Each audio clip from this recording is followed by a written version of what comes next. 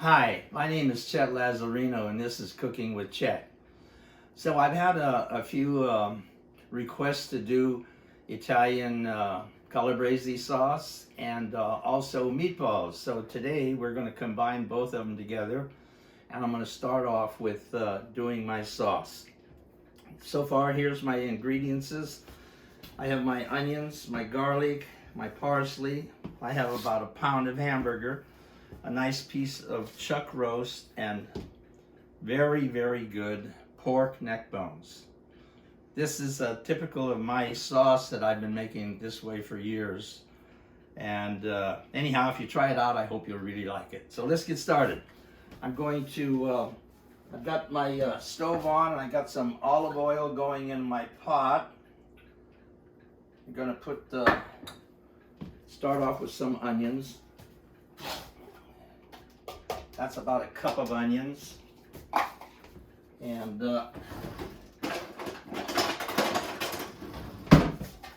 just get this stirred a little bit here.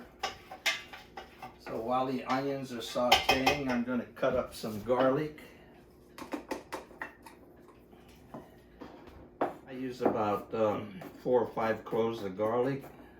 I'll add this to the onions, and then we'll let this simmer for a few minutes till this is done, and then I'll start adding my meats. Okay, so I'm going to get my meat prepared. This is, like I say, this is a piece of chuck roast. It looks really nice.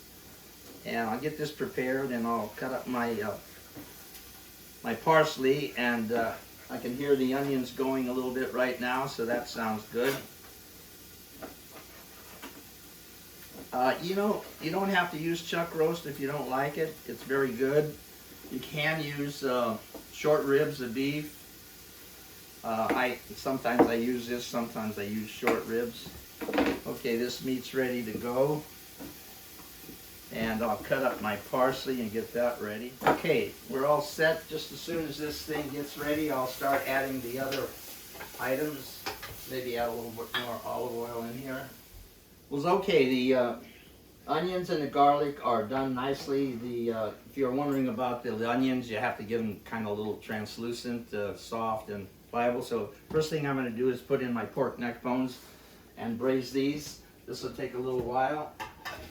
Nicely, it's not a real quick, fast process. You have to kind of play around with them and get them browned or braised on all sides, and this really adds a lot of nice flavor to your sauce. Bones are just about ready, braised nicely, not completely done, but braised nicely. So now I'm going to add my chuck roast, brown that. And after I get that done, I'll put my hamburger in and brown that. And then I'll get them all browned a little bit, and then I can add my sauce and wine and whatever else the recipe calls for. Okay, all the meat is browned nicely. I'm going to add my hamburger to it now, and that'll be the last of the meat products. Get this nice and brown, and then I'll be able to add all my sauce to it and my spices. Well, everything is nice and brown now, so I'm going to start adding my tomatoes. For this amount of meat, I'm going to use 4 number 10 cans, and that should make a really nice sauce and cover up all the meat. And also, don't forget, I'm going to be making my meatballs, and they're going to go in here too. So, might look like an awful lot, but when you got a large family like I do, you got to make a lot.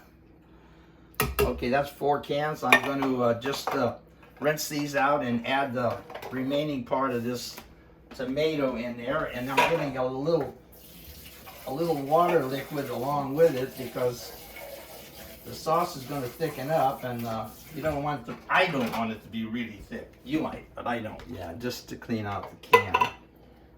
Today I'm using San Marzano tomatoes, and they're a whole tomato, but I like my tomatoes blended, so I blended them before we started the recipe, so I didn't have to go through that. and show you my broken, what do you call it? Blender. So, okay, everything is blended nicely here, and now I'm going to add some spices. I'm going to add some parsley, and I'm going to add some salt and pepper. For all the Calabreses, I got to add some hot pepper, if I can find it. Oh yeah, here it is. So we'll put a little hot pepper in, and we'll put some salt and pepper in.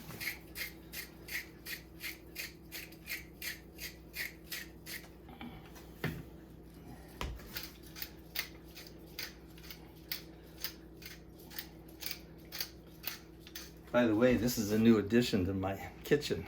My kids got it for me. Stir this up a little bit.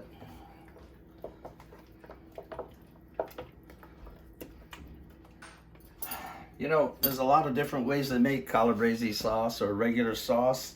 A lot of people use carrots to sweeten it up a little bit, take away the acid taste, but I use a little sugar.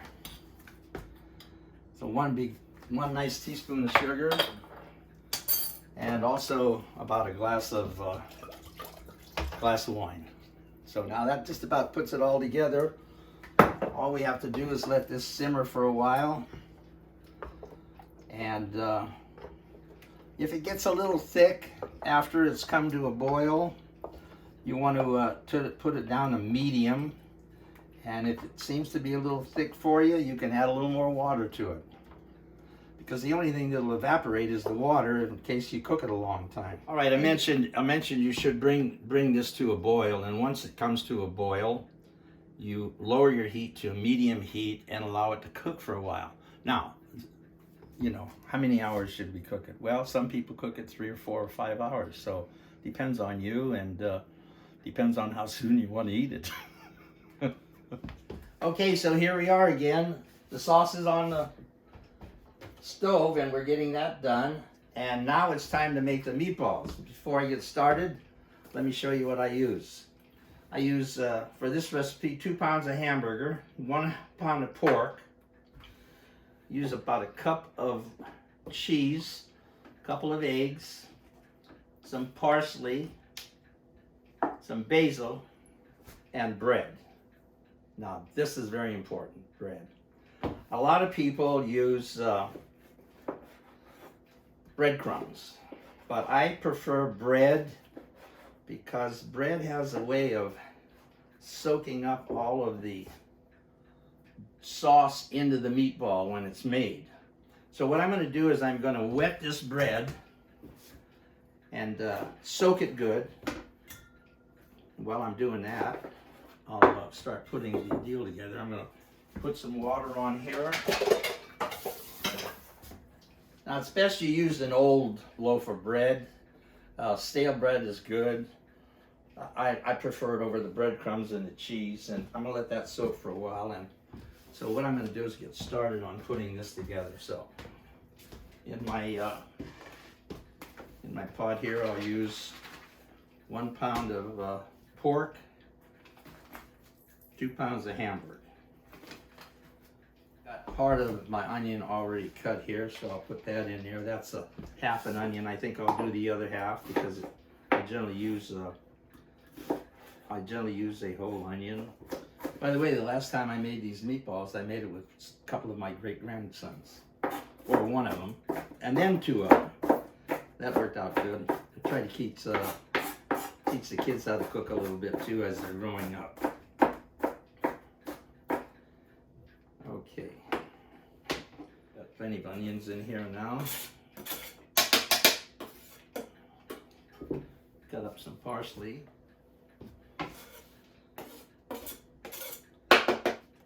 I'm going to put a little basil in here too. Wait, I went out to coffee the other day, and some of the guys that I have coffee with always ask me about my cooking. And I told them I was going to do meatballs and sauce. And I have a special nephew that joins me down there. And I mentioned I was going to do meatballs, and he says, Don, he says, you know, he says, I always have a difficult time making meatballs. So heads up, Chuck, watch me. This is the way to do it. Okay, so I'm going to add a little cheese. This is about a cup of cheese. Okay, this is the bread that I was talking about. It's been soaking while I was putting this together. And it came out very nice. The crust wasn't too thick, so it, you know, blended in really good. Okay, we're going to add that right in there. Like I say, some people use breadcrumbs. I'm going to start blending this here. Okay, I've got this about halfway blended right now, so I'm going to add some salt and pepper.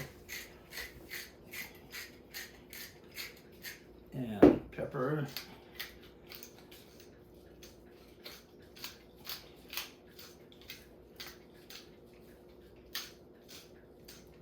These are really great, I like them. Okay, and I'm going to add a couple of eggs.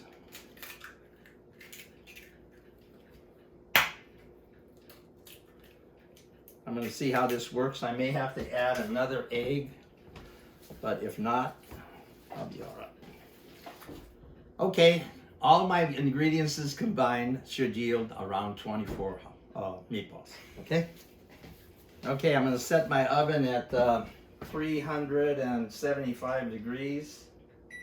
Lower my sauce because it's coming to a boil. I've got it on medium now, so that'll continue to grow nicely.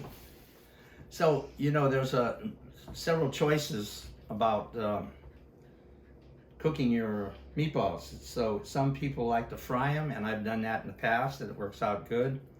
When you have as many as this, I just roll them up and put them in a cookie sheet and put them in the oven and bake them. Either way, you don't want to cook them too much. You just want to get them brown nicely, and then they'll go into the sauce and finish cooking there. In fact, I've read articles where some people put them in raw, and it seems to work too, but I've never tried that. Okay, here we go. Starting to roll my meatballs. That's about 2 ounces right there. And you just grab what you think is a couple ounces and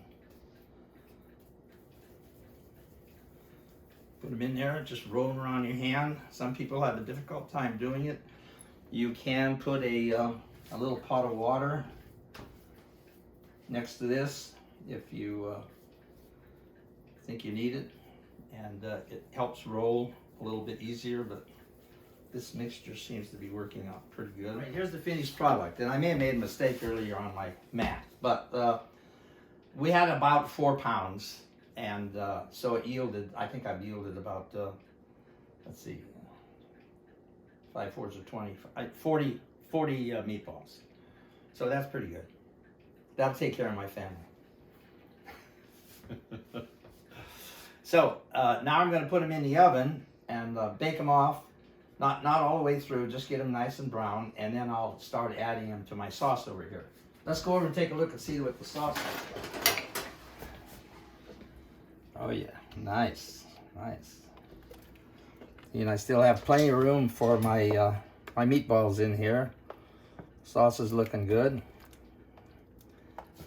Okay, time to take the meatballs out.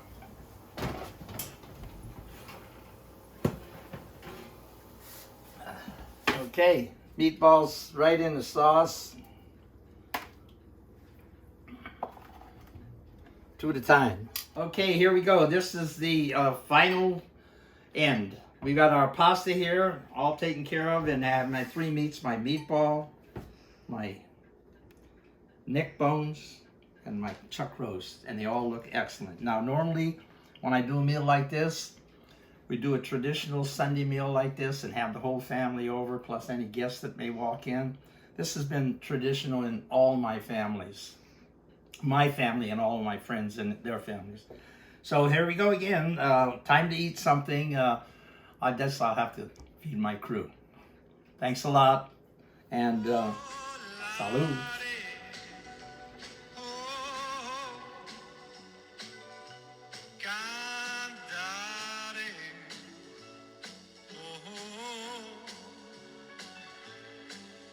Let's fly way up to the clouds.